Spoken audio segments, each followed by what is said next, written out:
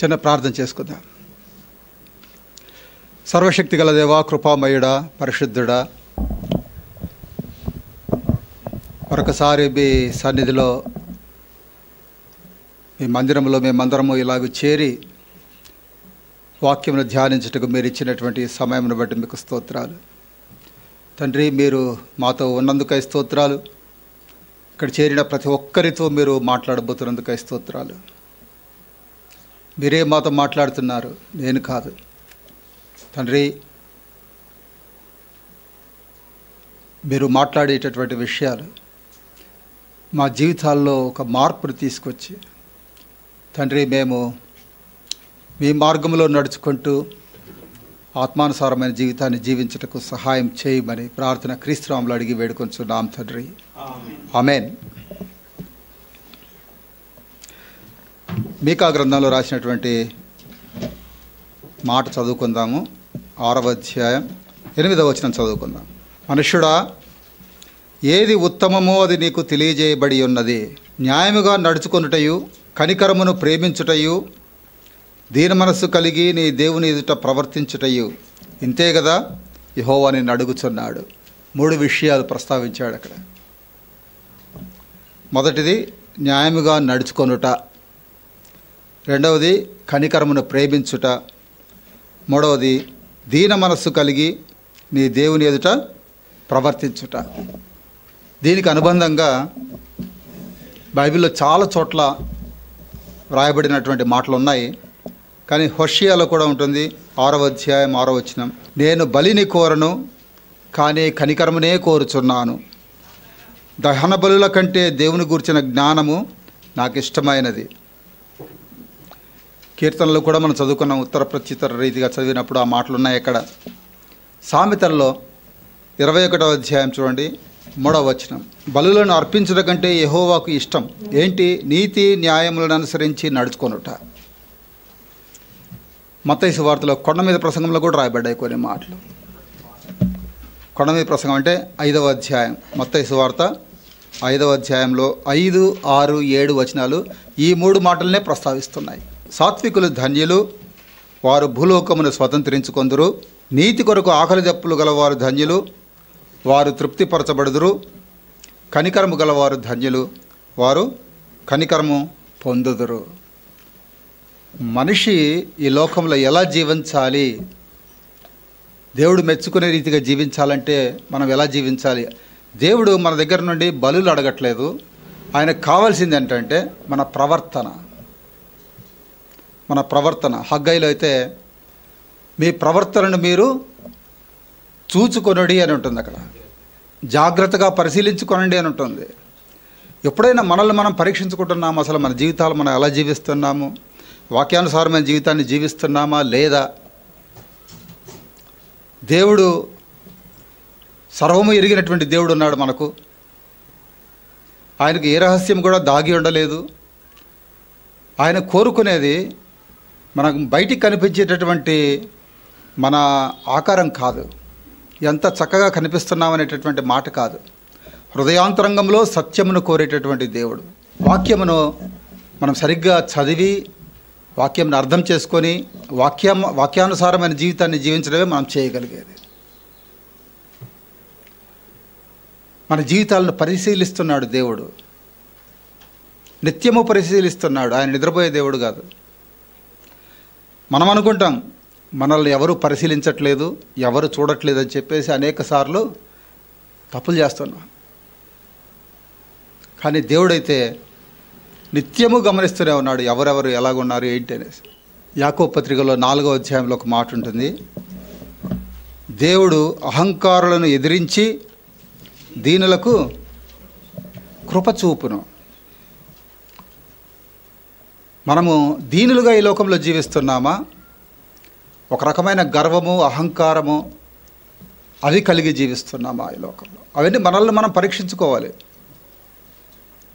ఒకవేళ లోకంలో అందరూ జీవించినట్లే అహంకారముతో లేకపోతే గర్వముతో జీవించినట్లయితే మనము దేవుడికి ఇష్టలుగా ఈ లోకంలో జీవించలేం. అదే మాట పేతురు భక్తుడు కూడా రాస్తాడు, దేవుడు అహంకారులను ఎదిరించి దీనులకు కృప అనుగ్రహించును.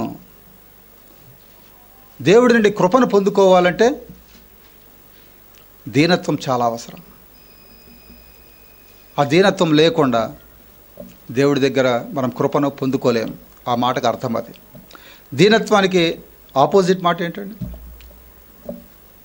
గర్వం, అహంకారం, ద్వేషం, అసూయ, ఇవన్నీ లోక సంబంధమైనటువంటి మాటలే. కొలసీలకు రాసిన పత్రికలో అయితే వాటిని విసర్జించమంటాడు. యెషయా గ్రంథంలో ఇంకో మాట అంటాడు. యెషయా గ్రంథం మొట్టమొదటి అధ్యాయంలోనే 11వ వచనం, విస్తారమైన మీ బలులు నాకేలా, దహన బలులకు పొట్టేళ్లను బాగుగా మేపిన దూడల క్రొవ్వును నాకు వెక్కసమాయను. కోడెల రక్తమందైనను, గొర్రెపిల్లల రక్తమందైనను, మేకపోతుల రక్తమందైనను నాకు ఇష్టం లేదు. పాతకాలంలో బలులకు చాలా ప్రాముఖ్యత ఉండేది. కానీ నూతన నిబంధన, కొత్త కాలం, ఈ కాలంలో మనం ఏం చేస్తున్నామంటే, దేవుడికి నేనేం చేయగలను? 10 లక్షల రూపాయలు ఇచ్చి ఒక దేవాలయం కట్టిస్తే దేవుడు మెచ్చుకుంటాడా? మన హృదయంలో మార్పు రాకుండా మీరు 10 లక్షలు కాదు 50 లక్షలు ఇచ్చినా కూడా దేవుడు మెచ్చుకోడు. ఈ ప్రపంచమంతా దేవుడు సృష్టించిందే. దేవుడికి ఏమైనా కొదువ ఉన్నదా? ఏది కొదువ లేదు. దేవుడికి ఏదో ఇస్తే అది నా తృప్తే, అంతకుమించి ఏం లేదు. కానీ ఆయన కోరుకునేది మన హృదయాలు, మన ప్రవర్తన, మన విధేయత. 3 విషయాలు మనం గమనించాల్సింది. మొట్టమొదటిది ఏంటండి? న్యాయమైన ప్రవర్తన. ఎవరి దృష్టిలో న్యాయమైన ప్రవర్తన? దేవుని దృష్టిలో, మన దృష్టిలో కాదు. మన దృష్టిలో ఎట్లా ఉంటుంది? ఎవరైనా తప్పు చేస్తే వాడికి శిక్ష పడాలండి, అప్పుడే వాడికి న్యాయం జరిగిందని అనుకుంటా. దేవుడి దృష్టిలో అలా కాదు. ఆయన చాలా ప్రేమ కలిగినటువంటి దేవుడు. తెలియక తప్పు చేసేవాడు అని చెప్పేసి క్షమించే గుణం కలిగినటువంటి దేవుడు. ఈరోజు కాకపోతే రేపైనా, రేపు కాకపోతే ఎల్లుండైనా మారుతాడు, నా వైపు తిరుగుతాడు. నా గొర్రెలు నా స్వరము వినును, నా దొడ్డిలో లేనటువంటి గొర్రెలు ఇంకా బయట అనేకముగా ఉన్నవి, అవి కూడా నా స్వరం విని లోపలికి వస్తాయి. అప్పుడు ఒకే గొర్రెల మంద, ఒకే కాపరి. యోహాను సువార్త 10వ అధ్యాయంలో ఉంటుందన్నమాట. దేవుడి స్వరం వినాలి, వినడం నేర్చుకోవాలి. దేవుడి స్వరం ఎలా వింటామండి? మనకు చేత అవుతుంది వినడం, కానీ నేను నిజంగా వింటున్నానో లేదో అనే అటువంటి అనుమానం ఉంది. ఎలాగంటే నేను చెప్తాను. ఒక ప్రక్కింట్లో ఒక చిన్న ఫంక్షన్ జరుగుతుంది అనుకుందాం. ఆ ఫంక్షన్లో పెద్దవాళ్ళు వెళ్ళారు, మన తల్లిదండ్రులు కానీ ఎవరైనా వెళ్ళారు అక్కడికి. మనం చూడట్లేదు, కానీ వాళ్ళు అక్కడ మాట్లాడే మాట, ఆ స్వరాన్ని బట్టి ఎవరు మాట్లాడారో మనకు తెలియదా? ఖచ్చితంగా తెలుస్తుంది, పలానా వాళ్ళు మాట్లాడారు. పిల్లలైనా సరే మనకు కనపడకుండా అవతల మాట్లాడితే వెంటనే అర్థమైపోద్ది మనకి ఏ పిల్లవాడు మాట్లాడాడు, ఎందుకు మాట్లాడాడు అర్థమైపోతుంది. కానీ దేవుని స్వరం, ఆ స్వరం, దేవుడి స్వరం వినగలగాలి. మాట్లాడే దేవుడు మనకున్నది. పరిశుద్ధాత్మ మనతో నిత్యము మాట్లాడుతూనే ఉంటుంది, నిత్యము మనకు బోధిస్తూనే ఉంటుంది.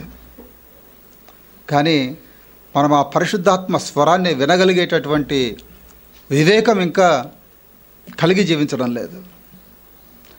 ఎంత ఎక్కువగా వాక్యాన్ని చదివితే పరిశుద్ధాత్మ స్వరం అంత చక్కగా మనకు అర్థమవుతుంది.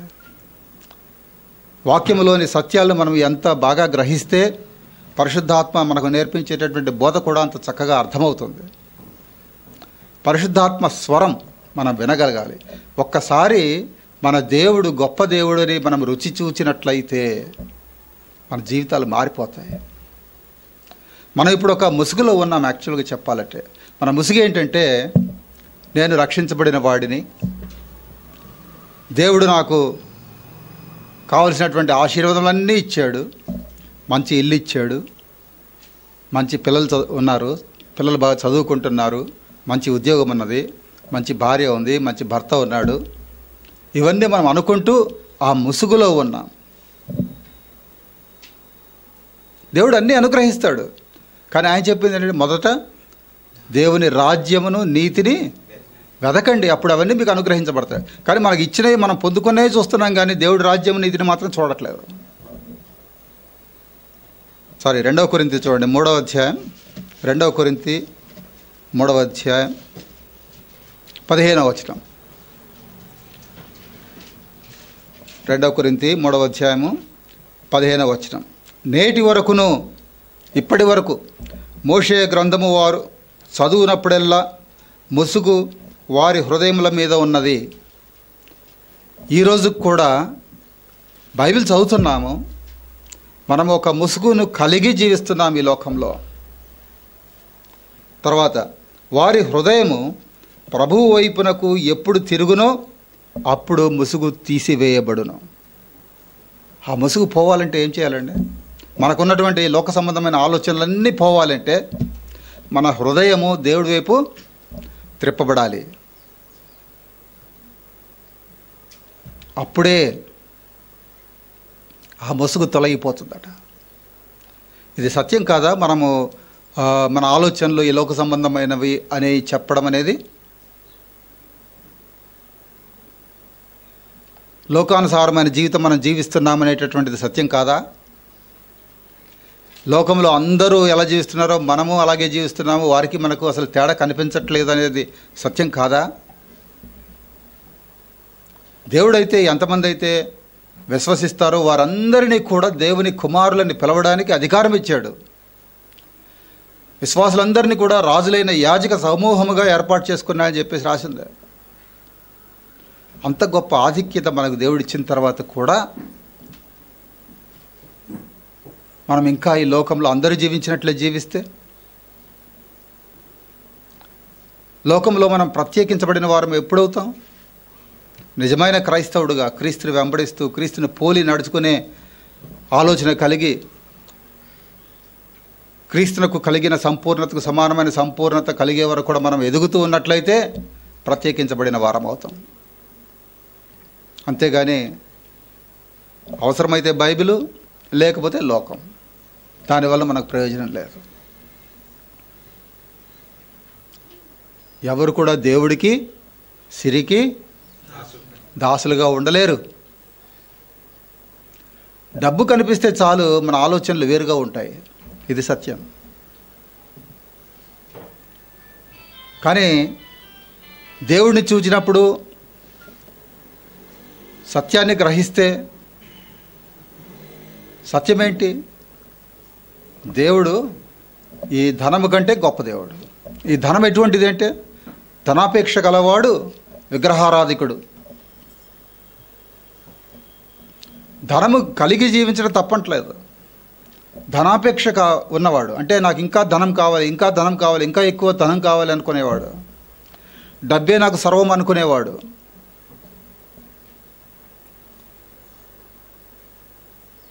వాడి జీవితం ఎలాంటిది? విగ్రహారాధికుడి జీవితం. అందరినీ అంటాం విగ్రహారాధికులు, దేవుడికి ఇష్టమైన వారు కాదని చెప్తాం. కానీ మన జీవితాల్లో మనం పరీక్షించుకుంటే ఆ విగ్రహారాధన మనలో కూడా ఉన్నదనేది సత్యం. సత్యాన్ని గ్రహిస్తే స్వతంత్రమైపోతాం, వాక్యం అంటుంది.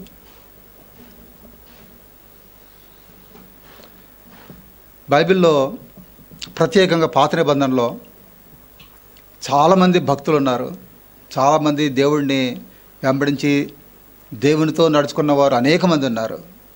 అబ్రహాం దేవుడితో నడుచుకున్నవాడే, విశ్వాసంలో ఉన్నవాడే. హానోకు దేవుడితో కూడా నడిచి మరణం చూడకుండానే పైకి కొనిపోబడిన రాసి ఉంటుంది. అలాంటి వ్యక్తే మరణం చూడకుండా పైకి వెళ్ళినటువంటి వ్యక్తి ఇంకొకళ్ళు ఏలియా. వాళ్ళందరూ గొప్ప భక్తులు. వారిని గురించి చదివితే మనకు గొప్ప విషయాలు అర్థమవుతాయి. ఒక విషయం ఏంటంటే, ఏలియా మనందరిలాంటి మనిషే, అబ్రహాము కూడా మనలాంటి మనిషే. తప్పులు చేసిన వారే, తప్పులు చేయలేదు అబ్రహాం. అందరికీ జ్ఞాపకం వచ్చిందంటే అబ్రహాం చాలా గొప్ప విశ్వాసి, కానీ గొప్ప తప్పులు కూడా చేశాడు.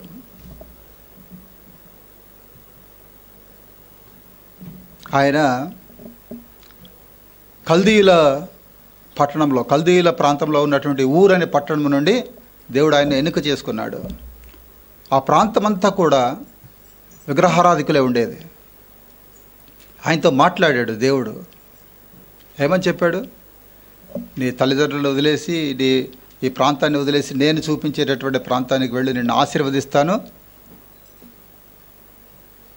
నీవు ఎవరెవరికి ఆశీర్వాదకరంగా ఉండాలో అది కూడా ఆశీర్వాదం ఏర్పాటు చేస్తాడు. ఎవరైతే నిన్ను ఆశీర్వదిస్తారో వారిని కూడా నువ్వు ఆశీర్వదిస్తావు, ఎవరు నిన్ను శపిస్తారో వారిని శపిస్తా అని చెప్పి అన్నాడు దేవుడు. ఆయన మాట విని బయలుదేరి వచ్చాడు. ఎలా బయలుదేరి వచ్చాడండి? అబ్రహాం తండ్రి, అబ్రహాం భార్య, లోతు అన్న కొడుకు, నలుగురు బయలుదేరి వచ్చారు. వాళ్ళందరినీ వెంట పెట్టుకొని రమ్మన్నాడా? అందరిని వదిలేసి రమ్మంటే వెంట తీసుకొచ్చాడు. దారిలో హారాన్ దాకా వచ్చారు. అక్కడ తండ్రి చనిపోయాడు. చనిపోయిన తర్వాత ముగ్గురు మిగిలారు, అబ్రహాము, భార్య, లోతు. వారు ముగ్గురు కూడా కానాను ప్రాంతానికి వచ్చారు. దేవుడు నడిపించినటువంటి స్థలానికి చేరుకున్నారు. చేరుకున్న తర్వాత చక్కగా అక్కడ గుడారం వేసుకున్నారు, ఒక బలిపీఠం కట్టారు, దేవుడికి స్తుతులు చెల్లించారు, అన్నీ చేశారు. మరి దేవుడు ఆయన అక్కడి నుండి తీసుకొచ్చి కానాన్లో పెట్టినప్పుడు ఆయనకు ఏ అవసరత ఉన్నా కూడా దేవుడి వైపు చూడాల్సినటువంటి బాధ్యత ఉన్నదా లేదా? ఉన్నది. మనం కూడా దేవుడు మనల్ని నడిపించి ఈ రక్షణ మార్గంలో మనం దేవుడి ఆలోచన ప్రకారం నడుచుకుంటున్నటువంటి మనకు కూడా మన జీవితాల్లో ఏదైనా కావాలంటే దేవుని వైపు చూచి పొందుకునేటటువంటి అవసరత ఉన్నది.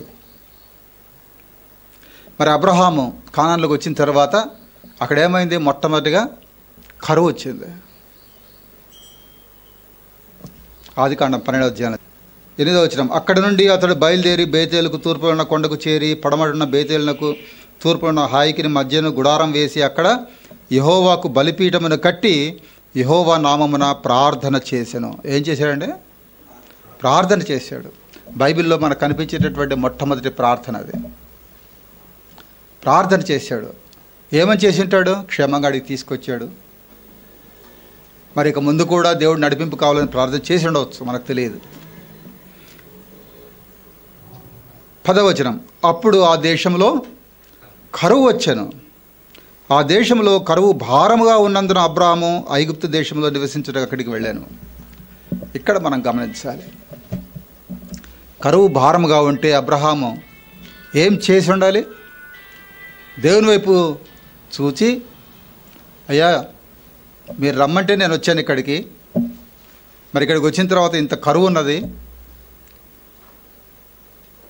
నాకు సహాయం కావాలని చెప్పి ప్రార్థన చేస్తే బహుశా దేవుడు జవాబు ఇచ్చిండేవాడేమో. కానీ ఆయన తన సొంత జ్ఞానంతో ఐగుప్తుకు వెళ్ళాడు. ఐగుప్తునికి వెళ్ళిన తర్వాత మనకు తెలుసు అక్కడ కొన్ని ఇబ్బందులకు లోనయ్యాడు. భార్యతో చెప్పాడు, శారాతోటి, నీవు చాలా అందమైనటువంటి వ్యక్తి, నేను గురించి నన్ను ఎవరైనా చంపేస్తారేమో, నీవు నా చెల్లెలు అని చెప్పమంటాడు. తప్పు కాదా? ఐగుప్తు నుంచి వచ్చేటప్పుడు హాగర్ని తీసుకొస్తాడు, ఒక దాసురాలు. హాగర్ని తీసుకొస్తాడు. తిరిగి కానానికి వచ్చిన తర్వాత అప్పటికి సుమారుగా 13 సంవత్సరాలు దాటిపోయింది. దేవుడు చేసినటువంటి వాగ్దానం తర్వాత 13 సంవత్సరాలు దాటిపోయింది. అప్పటికి పిల్లలు పుట్టలేదు. పుట్టకపోతే శారా చెప్పింది, అయ్యా దేవుడైతే వాగ్దానం చేశాడు మనకు పిల్లలను అనుగ్రహిస్తానని చెప్పి, కానీ ఒక్క కుమారుడు కూడా పుట్టలేదు. దేవుడి చిత్తంలో మనకు పిల్లలను ఇవ్వడేమో, ఈ హాగరుతో దేవుడు పిల్లలు ఇవ్వడానికి ఏమైనా ఏర్పాటు ఉందేమో నాకు తెలియదు. ఆమె ద్వారా అబ్రహాం ఒక కుమారుని కంటాడు. ఆ మాట విని, అది దేవుడి చిత్తమా? కాదు. నేను ఎందుకు చెప్తున్నానంటే అబ్రహాం అంతటి గొప్ప వ్యక్తి కూడా తప్పులు చేశాడు. ఇష్మాయిలు పుట్టిన తర్వాత తప్పు చేయాల. ఇష్మాయిలు పుట్టినప్పుడు అబ్రహాముకు 86 సంవత్సరాలు. 86 సంవత్సరాల నుంచి 99 సంవత్సరాల వరకు, అంటే 13 సంవత్సరాలు తప్పు చేయాల. 99 సంవత్సరాలప్పుడు మళ్ళీ దేవుడు కనిపించి దేవుడు చేసిన వాగ్దానాన్ని అబ్రహాముకు జ్ఞాపకం చేసి, 1 సంవత్సరంలో నీ కుమారుడు కలుగుతాడని చెబితే వాళ్ళు నమ్మలేదు, భార్య నమ్మలేదు కూడా. ఈ వయసులో మాకు నమ్మకం కలుగుతుందా, ఈ వయసులో మాకు సంతానం కలుగుతుందా అని చెప్పేసి అనుమానించాడు. అయినప్పటికీ దేవుడి వాగ్దానం నెరవేరింది. రెండవదిగా మోషే ఎవరి దగ్గర పెరిగాడండి? రాజు దగ్గర పెరిగాడు. ఫరో రాజు కుమార్తె ఆ బిడ్డను తీసుకొని పెంచుకుంది, మోషేని తీసుకొని. రాజగృహంలో 40 సంవత్సరాలు పెరిగాడు. అన్ని విద్యలు నేర్చుకున్నాడు, సకల విద్యల్లో ప్రావీణ్యుడు. దేవుడు యాక్చువల్గా మోషేని ఎన్నుకున్నప్పుడు దేవుడు అంటాడు కదా, నేను నత్తివాడను, నేను ఈ కార్యం చేయలేనేమో అని చెప్పి అంటాడు. ఇది నిజమా లేకపోతే అబద్ధం చెప్పాడా? ఒకసారి అపోస్తుల కార్యంలో చూడండి, 7వ అధ్యాయం, స్టీఫను చెప్తున్నటువంటి మాటలు. 7వ అధ్యాయం 22వ వచనం. మోషే ఐగుప్తీయుల సకల విద్యలను అభ్యసించి, బాగా గమనించండి, మోషే ఐగుప్తీయుల సకల విద్యలను అభ్యసించి మాటల యందును కార్యముల యందును ప్రవీణుడై ఉండెను. మాటలు రానివాడా? నత్తివాడా? కాదు, మంచి ప్రావీణ్యత ఉంది 40 ఏళ్ల వయసులో. ఆయన ఏమనుకున్నాడు? ఆయన ఈ రాజగృహంలో నేను జీవించడం కంటే నా జనుల మధ్యలో నేను వెళ్ళి వారితో కూడా జీవించడం నాకు మంచిదని గ్రహించి, ఒకసారి ఒక ఐగుప్తీయుడు ఇశ్రాయేలీయుడు పోట్లాడుకుంటుంటే ఐగుప్తీయుడిని చంపేస్తాడు. చంపేసినప్పుడు మోషే ఏమనుకున్నాడండి? అక్కడే చూడండి, 25వ వచనం. తన ద్వారా అంటే మోషే ద్వారా తన సహోదరులకు దేవుడు రక్షణ దయచేయుచున్న సంగతి వారు గ్రహింతురని తలంచెను. ఎప్పుడు అనుకున్నాడు ఆ మాట? ఐగుప్తీయుడిని చంపిన తర్వాత. ఇక పర్వాలేదు, నేను ఐగుప్తీయుడిని చంపాను, ఈ నా జనులందరూ కూడా నన్ను ఒక లీడర్గా గ్రహిస్తారు అని అనుకున్నాడు. దేవుడే నన్ను పంపించారని వాళ్ళు అనుకుంటారు అని అనుకున్నాడు. నేనే వాళ్ళని రక్షిస్తాను అని అనుకున్నాడు. 40 ఏళ్ల వయసులో, యుక్త వయసులో. కానీ దేవుడి చిత్తం అది కాదు. ఆయనలో ఎప్పుడైతే ఆ గర్వం కనిపించిందో, అహంకారం కనిపించిందో, అక్కడి నుంచి అరణ్యానికి పోయే మార్గం దేవుడు చూపించాడు ఆయనకు. మిద్యానుకు వెళ్ళాడు, మిద్యాన్ అరణ్యంలోనికి. 40 ఏళ్ల వరకు రాజగృహంలో పెరిగినటువంటి వ్యక్తి, సకల విద్యలను నేర్చుకున్నటువంటి వ్యక్తి మిద్యాన్ అరణ్యంలో పోయి ఏం చేశాడండి? గొర్రెలను మేకలను కాచుకుంటూ. ఏమిటి సడన్గా అంత ఉన్నతమైన స్థితి నుండి అంత చిన్న పరిస్థితికి, తక్కువ పరిస్థితికి తీసుకువెళ్ళాడు దేవుడు. ఎందుకంటే పాఠాలు నేర్పిస్తాడు దేవుడు. అట్లాగే మనలో గర్వం అణిచివేయబడాలన్నా, అహంకారం తీసివేయాలన్నా అదే మార్గం, రెండో మార్గం లేదు. 40 సంవత్సరాలు, 1 సంవత్సరం కాదు, 2 సంవత్సరాలు కాదు. ఎక్కడున్నారండి? అత్తగారింట్లో ఉన్నారు కదా. ఎవరైనా ఇష్టపడతారా అత్తగారింట్లో ఒక 1 ఇయర్ ఉండటానికి? ఇష్టపడరు. మొత్తానికి ట్రైనింగ్ తీసుకునే చివరికి 40 సంవత్సరాల తర్వాత దేవుడు ఎదుర్కొన్నాడు. ఒక చిన్న బుష్ అని తెలుగులో ఏమంటారు, అది పొద, ఒక పొద అగ్నితో మండుతున్నప్పుడు చూశాడు. ఈ పొదలో అగ్ని ఉన్నది, మండుతున్నది, కానీ పొద కాలిపోవడం లేదు. అది ఆశ్చర్యం అనిపిస్తుంది. దేవుడి అగ్ని మన హృదయాల్లో మండాలండి. మనం కాలిపోము దేవుడి అగ్ని మనలో మండితే. ఆ అగ్నితో మండుతున్నటువంటి పొదను చూశాడు చుట్టూ. ప్రజలందరూ కూడా మనం అగ్నితో మండితే, దేవుడి అగ్నితో మన హృదయాలు మండినప్పుడు మనల్ని గమనిస్తారు. దేవుడు అంటే ఏంటో అర్థమవుతుంది, క్రైస్తవుడు అంటే ఏంటో అర్థమవుతుంది, క్రీస్తుని వెంబడించడం అంటే అర్థమవుతుంది. ఆ దేవుడు కావాలి అనేటటువంటి తృష్ణ, ఆలోచన, ఆ ప్యాషన్ మనలో ఉన్నప్పుడు మన జీవితాలు వేరుగా ఉంటాయి. అక్కడి నుండి తిరిగి దేవుడు ఎన్నుకొని మళ్ళీ పంపించాడు ఫరో రాజు దగ్గరికి. ఆయనకున్నటువంటి భయమంతా తొలగించడానికి అద్భుత కార్యాలు కూడా చేశాడు. ఆయన చేతిలో ఒక దండం ఉంటే అది కింద వేస్తే పాము అవుతుంది, మళ్ళీ ఆ తోకను పట్టుకుంటే దండం అవుతుంది. ఇంకోటి, చెయ్యి జోలు పెట్టుకుంటే చేతికి కుష్ఠరోగం వస్తుంది, మళ్ళీ జోలు పెట్టుకుంటే మామూలుగా అయిపోతుంది. అంటే దేవుడు కార్యం చేస్తున్నాడు అని చెప్పడానికి, నేను ఉన్నాను వెంబడని చెప్పడానికి కార్యాలు చేసి ఆయన పంపించాడు. సక్సెస్ఫుల్గా చేశాడా? చేశాడు. దేవుడితో నడుచుకున్నారు వీళ్ళంతా కూడా. యోసేపు దేవుడితో నడుచుకున్నటువంటి వ్యక్తి. పొతీఫర్ భార్య దగ్గర యోసేపు యొక్క ప్రవర్తన ఎలాగున్నది? దేవుడితో నడుచుకునేటటువంటి వ్యక్తి యొక్క ప్రవర్తన దేవుడు మెచ్చుకునే రీతిగానే ఉంటుంది, కానీ లోకం వైపు లాగబడ్డా.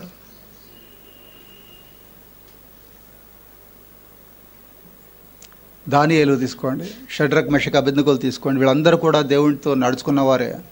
నెహెమియాని తీసుకోండి, ఎజ్రాని తీసుకోండి. ఈ వ్యక్తులందరూ కూడా, ఏలియా, ఎలీషా ప్రవక్తలు, ఇర్మియా ప్రవక్త, యెషయా ప్రవక్త, వీళ్ళందరూ కూడా దేవుడితో నడుచుకున్నవారే. అయితే వాళ్ళకంటే మనం ధన్యులం. ఎందుకంటే మనల్ని వేరుగా ఏర్పాటు చేసుకున్నటువంటి దేవుడు.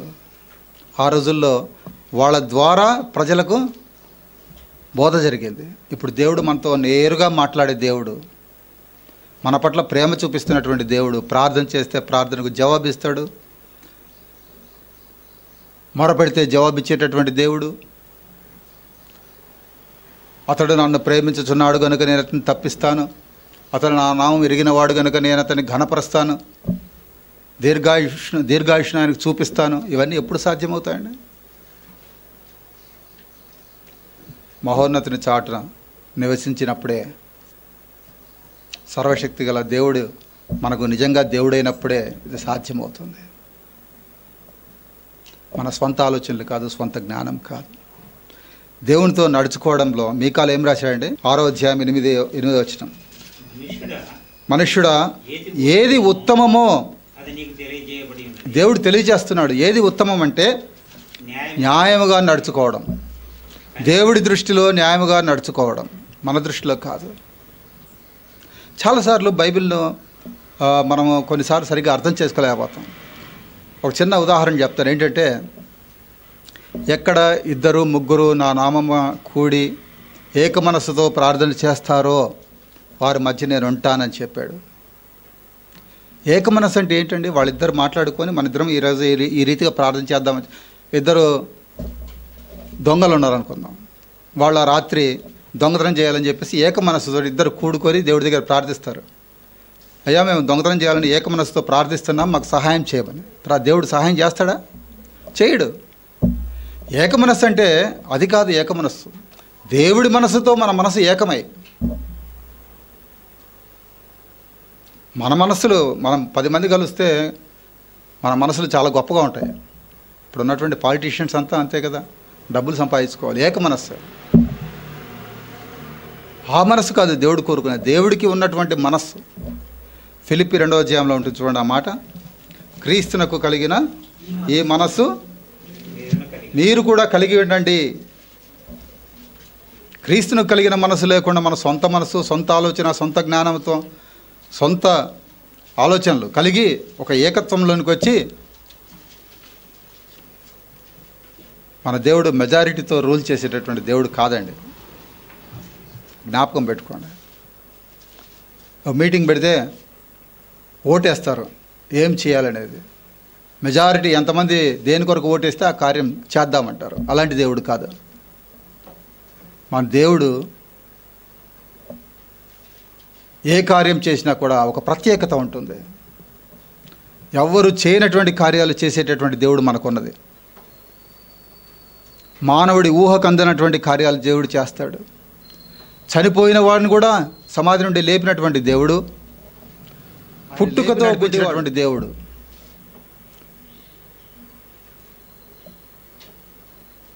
యోహాను సువార్త 9వ అధ్యాయంలో ఉంటుంది కదా, పుట్టుకతో గుడ్డివాడు. ఆయన ఏమైనా తప్పు చేశాడా యేసుక్రీస్తు? చేయలా. ఈయనలో దేవుడి నామమునకు మహిమ కలుగులాగున ఆ కార్యం చేశాడు. చేసిన తర్వాత ప్రజలు ఏమనుకున్నారు? ఈయన నిజముగా ఆ కుంటివాడే, అక్కడ కూర్చున్నటువంటి కుంటివాడే ఒకళ్ళు, ఇంకోళ్ళు ఏమంటారు ఈయన పోలినటువంటి ఇంకొకళ్ళట. నమ్మట్లేదు ప్రజలు, అసలు నమ్మడానికి చేత కావట్లేదు. ఎందుకంటే ఇది జరగకూడదు అంతే.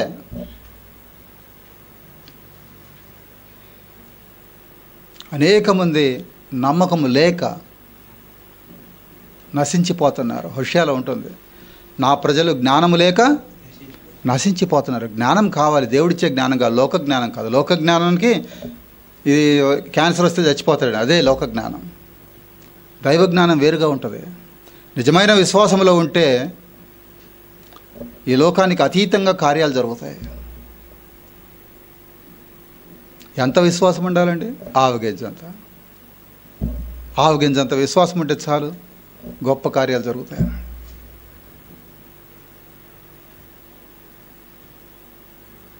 ఇంత గొప్ప దేవుడిని మనం కలిగి ఆయన అనేకసార్లు ప్రక్కకు పెట్టి లోకానుసారమైన జీవితమే జీవిస్తున్నాం. ఆయన సన్నిధిలో మనం ఉంటే ఎలాగుండాలి? నన్ను పుట్టించిన విధానం చూస్తే నాకు భయము వణుకు కలుగుతుందని చెప్పి 139 దావీదు కీర్తనలో ఉంటుంది. అసలు దేవుడు అంటే భయము, ఆ భక్తి, వణుకు మనకు ఉన్నాయా? దేవుడు అంటే భయపడుతున్నామా నిజంగా? అసలు రెవరెన్స్, భయం అంటే ఆయన ఎదురుగా వణకడం కాదు, అది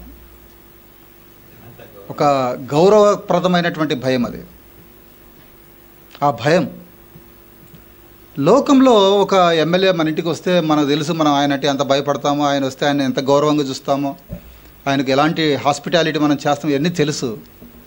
కానీ దేవుడు నిరంతరము మన గృహంలో ఉంటున్నాడు, మన హృదయంలో ఉంటున్నాడు, మనలో ఉంటున్నాడు. మన చుట్టూ ఆయన రాజ్యం ఉంది, ఆయన కృప మన చుట్టూ విస్తారంగా ఉంది, మేలు చేస్తున్నాడు, మంచి ఉద్దేశాలను కలిగి ఉన్నాడు. కానీ ఆ సత్యాన్ని మనం గ్రహించక మన ఇష్టానుసారమైనటువంటి జీవితాన్ని మనం జీవిస్తే అది దేవుడికి ఇష్టమైనటువంటి జీవితమా? కానే కాదు.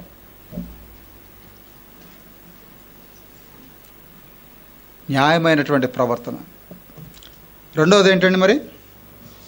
కనికరము కలిగినటువంటి ప్రవర్తన. మొట్టమొదటిది, రెండవది కనికరం కలిగినది, మూడవది దీన మనస్సు. యేసుక్రీస్తు ఈ లోకంలో పాపం లేనటువంటి వ్యక్తిగా జీవించాడు.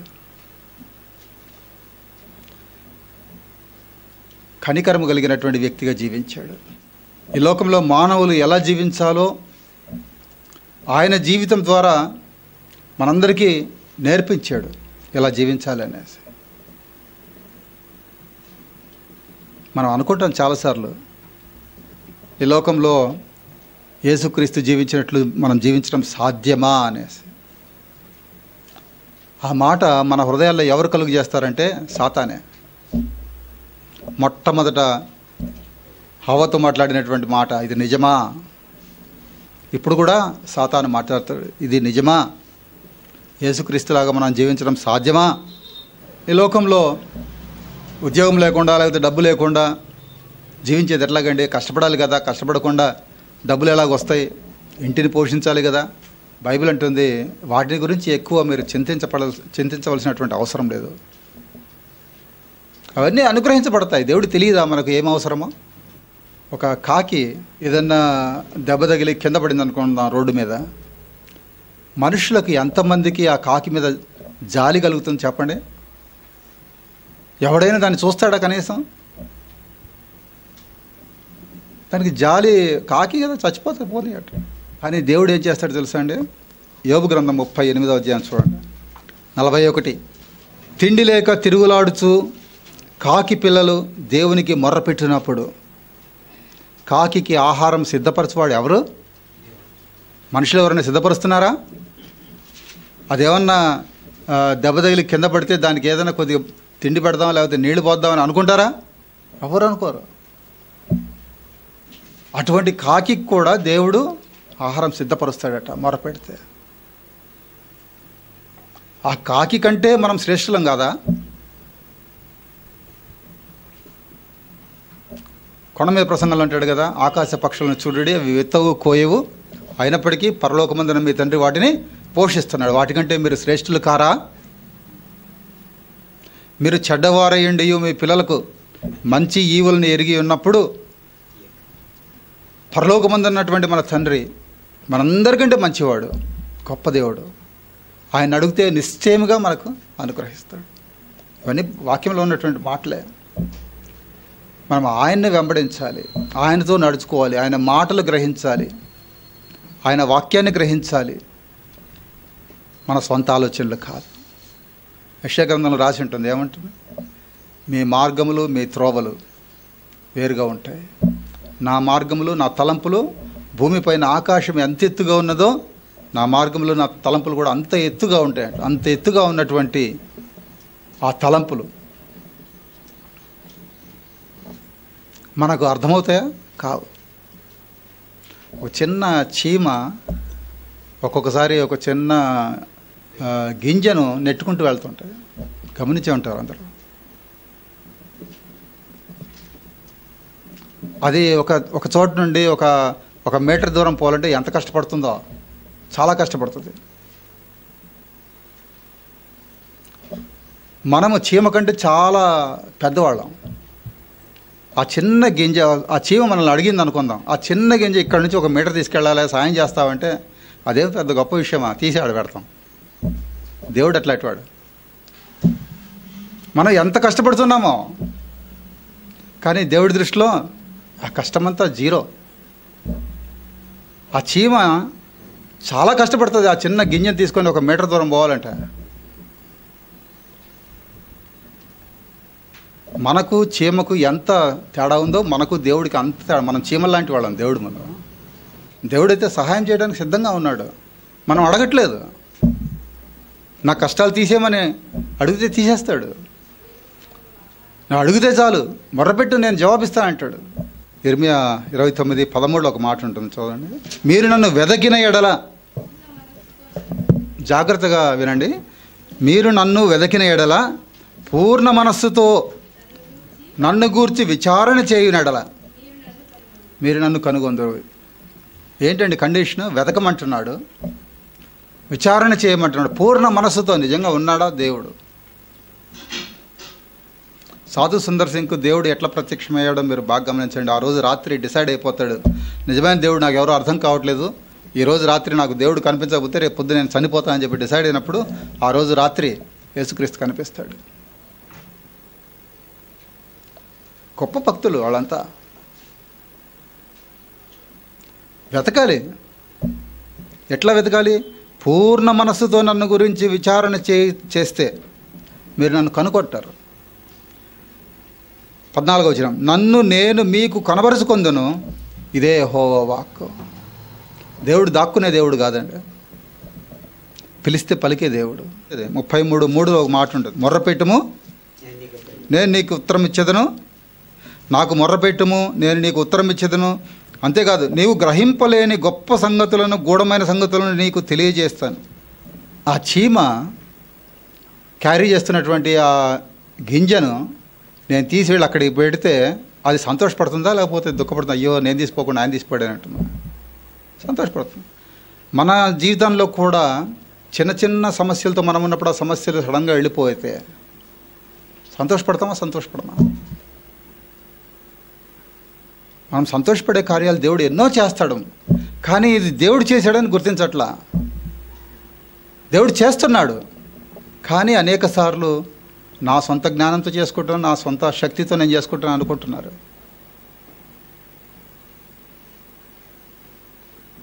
ఇశ్రాయేలీలు వాళ్ళు అరణ్య మార్గంలో నడిచినప్పుడు దేవుడు ఎన్ని గొప్ప కార్యాలు చేశాడో బైబిల్లో రాయబడ్డాయి. కానీ వాళ్ళు ఎందుకు చనిపోయారో కూడా బైబిల్లో రాయబడింది. ఎందుకు వారు చివరికి కనాన్ దేశానికి చేరలేకపోయారో కూడా బైబిల్ రాయబడింది. మన ప్రయాణంలో కూడా చివరికి మనం ఎక్కడికి వెళ్ళాలండి? పరలోకం దగ్గరికి వెళ్ళాలి, యేసయ్య దగ్గరికి వెళ్ళాలి. అది వెళ్ళలేకపోతే మన జీవితం వృధా అయిపోతుంది.